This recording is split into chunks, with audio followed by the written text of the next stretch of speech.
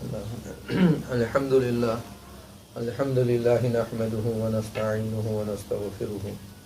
ونؤمن به ونتوكل عليه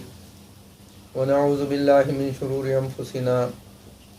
ومن سيئات أعمالنا من يهده الله فلا مضل له ومن يضلله فلا هادي له.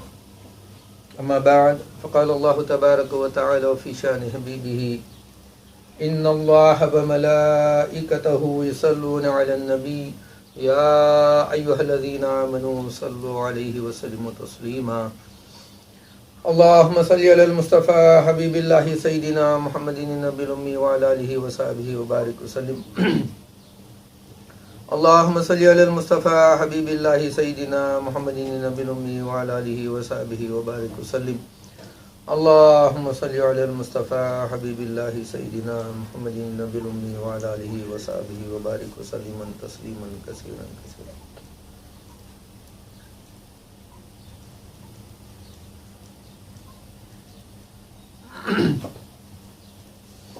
اللہ تبارک و تعالیٰ کا بے حد و انتہا فضل و احسان ہم پر ہوا کہ اس نے ہمیں سرکار دو جہاں وجہ وجود کائنات سبب تخلیق کائنات محمد مصطفیٰ احمد مجتبیٰ صلی اللہ علیہ وآلہ وسلم کی امت عظمیٰ میں پیدا فرمایا اور اس امت عظمیٰ میں پیدا ہونے کا فخر عظیم ہمیں عنایت فرمایا. اور مزید اس کا ہم پر احسان عظیم یہ ہوا کہ اس نے ہمیں آج ایک ساتھ یہاں پر جمع ہو کر چند لمحات اللہ کے دین کے تعلق سے کچھ کہنے سننے اور پھر اس پر عمل کرنے کے لیے جمع فرمایا. الحمدللہ ثم الحمدللہ. بزرگ دوستو، موجودہ جو حالات ہے، جو متعدی وبا جو مرض چل پڑا ہے، سارے عالم کو گھیرا ہوا ہے، اس کے تعلق سے چند باتیں آپ کے سامنے گوش گزار کروں گا بحولہ تعالی.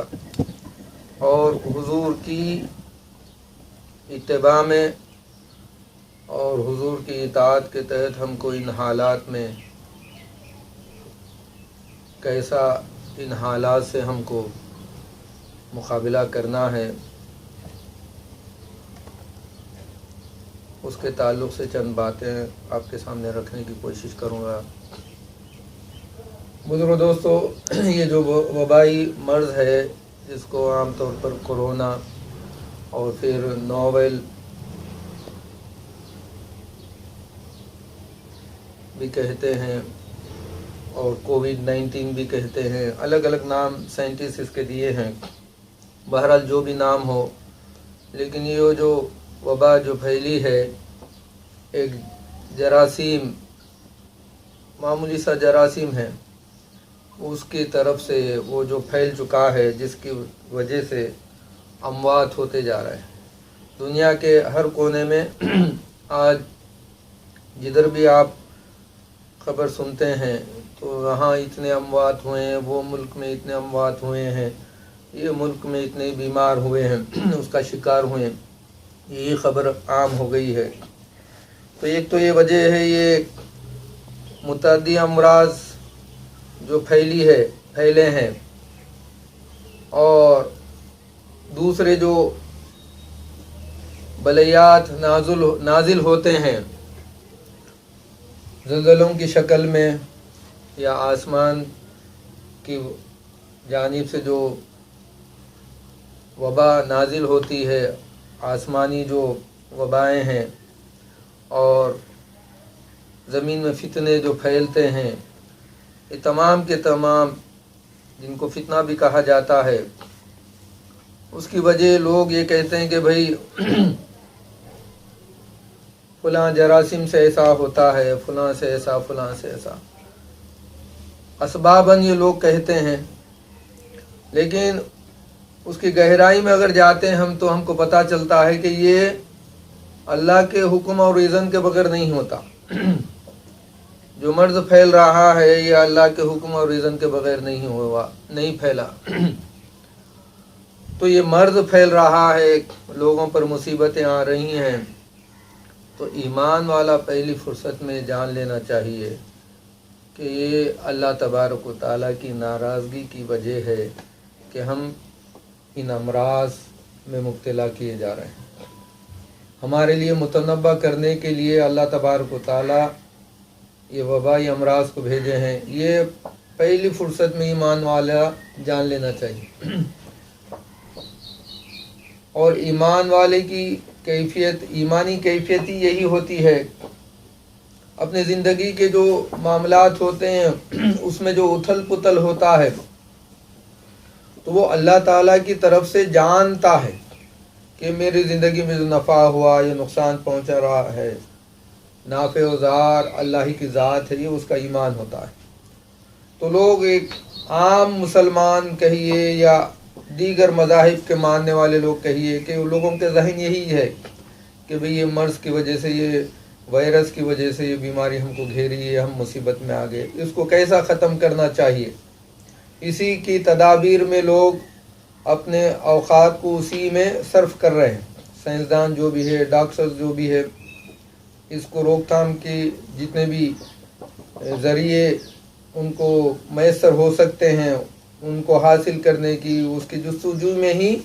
یہ وقت گزار رہے ہیں۔ تو وہ بھی ایک عالم الاسباب ہونے کے ناطے وہ بھی کرنا لازمی ہے، لیکن اس سے بڑھ کر ایک مومن کے لیے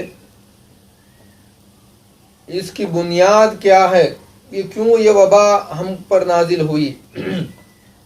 یہ مرض کیوں ہم پر نازل ہوا، اس کے تعلق سے ہم کو سوچنا چاہیے، تھوڑا غور و فکر کرنا چاہیے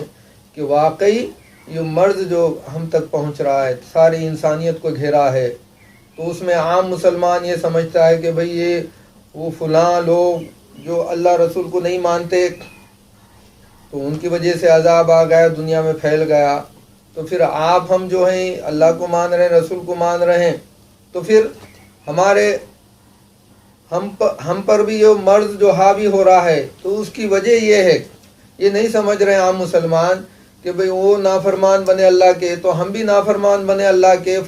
اللہ کی ذات پر ایمان لا کر کے، اس کے رسول پر ایمان لا کر کے اللہ اور اس کے رسول کی نافرمانی کے مرتکب ہوئے، تو نتیجہ یہ ہوا کہ وہ ہم کو بھی یہی مرض گھیرا ہے۔ تو اس کا تدارک کیا ہے؟ اس کا تدارک یہ ہے کہ بندہ پہلی فرصت میں، ایمان والا بندہ یہ کرنا چاہیے کہ اپنی جو نافرمانیاں ہیں اللہ اور اس کے رسول کی ہماری زندگیوں میں جو رائج کر کر کے زندگی گزار رہے ہیں، ان تمام نافرمانیوں سے توبہ کرنا چاہیے، توبۃ النصوح کر کے آئندہ ایسی غلطی، ایسی نافرمانی، ایسی گناہ کی طرف میں نہیں جاؤں گا، اس گناہ کا مرتکب نہیں ہوں گا، یہ پکا عزم کر کے اللہ سے گویا وہ معاہدہ کر کے بندہ اللہ کی پناہ میں آ گیا، تو اللہ کی ذات سے امید ہے کہ اللہ تبارک و تعالی ہم پر رحم فرمائے گا اور اس بلا سے ہماری حفاظت فرمائے گا۔ تو آج ہم کو یہ کرنی چاہیے، اور اس کے ساتھ ساتھ عام مسلمانوں میں یہ بات عام ہو گئی ہے کہ بھئی جو حدیث سنے ہیں لوگ ایک غلط فہمی میں مبتلا ہیں کہ بھئی احادیث شریفہ میں جو آئے اس کی روح سے جو علماء ارشاد فرماتے ہیں کہ بھئی ایسے وبائی امراض میں جو ایمان والا انتقال فرما جاتا ہے تو وہ شہید مرتا ہے، شہادت کا درجہ اس کو نصیب ہوتا ہے۔ تو عام مسلمان میں یہ اس حدیث کو سن کر کے اس کی صحیح تشریح ان کو نہیں ملی، صحبت اولیاء کی صحبت نصیب نہیں ہوئی، علماء کی صحبت نہیں نصیب ہوئی، تو سنا سنی، کہا وہ کہے یہ کہے، سن لیے یہاں وہاں پر، اس کی صحیح تشریح نہیں سنتے، اس کا علم حاصل نہیں کرتے اور گمراہی کی طرف چلے جاتے ہیں۔ یہ حدیث کو بیس بنا کر کے تجربے میں بات آئی ہے کہ عام مسلمان لاپرواہ ہو گیا کہ بھئی اب یہ وبا میں مر جا رہے ہیں تو شہادت کی موت ہم کو نصیب ہو رہی، تو کیوں یہ سارے جو احتیاطی تدابیر جو بتائی گئی ہیں حکومتوں کی جانب سے اور محکمہ صحت کی جانب سے، جو ڈاکٹرز وغیرہ جو بتائیں کہ بھئی اس طرح رہو، آپ سینیٹائزر کو یوز کرو، بار بار ہاتھیں دھویا کرو کہ وہ جو جراثیم ہے جو ہمارے جسم میں جو جاتا ہے اس کے ذریعہ جو ہے منہ، ناک اور آنکھ کے ذریعے سے جاتا ہے. لہٰذا یہ ہاتھیں وغیرہ آپ کام کاج میں رہتے ہیں، باہر جاتے آتے رہتے ہیں، تو یہ جو ہاتھ منہ کو لگ گیا یا ناک یا آنکھ کو لگ گیا تو اس کے ذریعے سے جراثیم اندر جا سکتے ہیں. تو اس کی احتیاطاً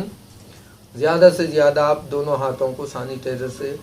دھویا کرو یا صابن سے دھو کر کے صاف ستھرا رہا کرو. یہ وہ لوگ ایک تدبیر بتائے ہیں